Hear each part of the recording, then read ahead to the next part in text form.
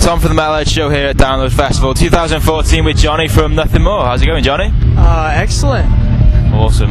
You guys from Texas, and tomorrow you'll be playing the Red Bull stage at Download. How does it feel to travel from to the UK, and play one of the biggest rock and metal festivals in the world? Surreal. Very surreal. This is all of our first time as a band to be in Europe or the UK, so it's been very interesting and exciting, and we're like little kids, wide-eyed everywhere we go. We feel like tourists that are just happen to be in a band. So what's your favourite things about Britain so far? You've not been here long, but...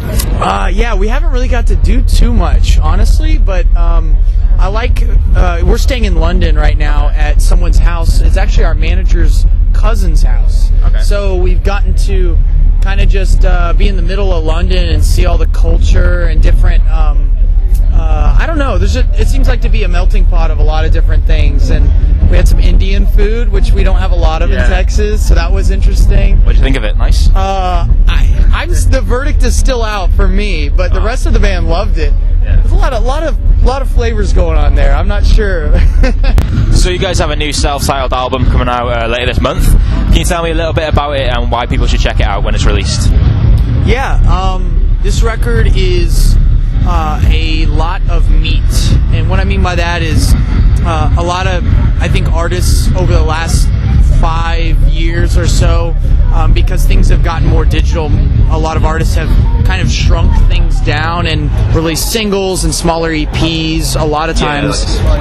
At least that was kind of a trend that we noticed, so we decided to go the other direction and release something that had a lot of substance and a lot of heart and soul. And so we spent about 3 years working on this record, and we had about 5 years of life experiences and things that we went through going into it. So there was like just a lot of like heartbreak, death, financial disaster, like a lot of trials and stuff that we really had to like grapple with and get through in real time. And I think there's a lot of you hear it on the album, lyrics wise. I would like to think so. It really, I think sometimes like it's unfortunate that this is true, but sometimes the best art comes out of like pain, just really horrible situations, and though I wouldn't want to repeat some of the things that we went through, like I think as a band though, in hindsight, we're very thankful for that we went through, because it's really an album that we're proud of, and I think it's going to touch a lot of people. So it's safe to say that you're quite a committed band. You've just signed a 5-album deal with 11/7 Music, was it? Yes, yeah. And I read online, I'm not sure if it's true, but I read that you guys branded each other as a sign of commitment. Is that true?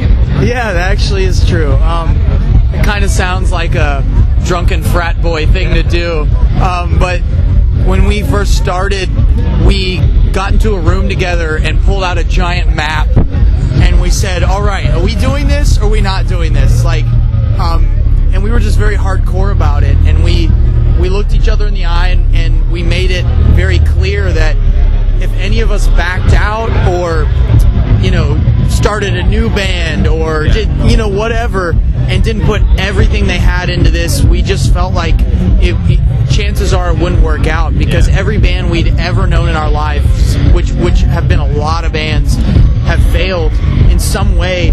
And so we said, with every year of touring, we need to make some sort of commitment to each other and a pact. And so that's what we did. It was basically cheaper than a lawyer and maybe a little less elaborate than a tattoo. And so we just heated up the back end of a knife over a stove, and after the first year of touring, we made a mark in our shoulder. And then the second year and the third year, and at the end of the third year, we ended up stopped doing that. We stopped doing that because the band actually had a different singer at the time. I was the drummer, and we parted ways with the singer. The guitar player that I started the band with, who was also in the band with Mark, left the band, and it was just the three of us left, and we didn't know what to do. So I started singing, and we went on the lookout for a drummer, and so we left at 3 because there was only 3 of us left at the end of 3 years.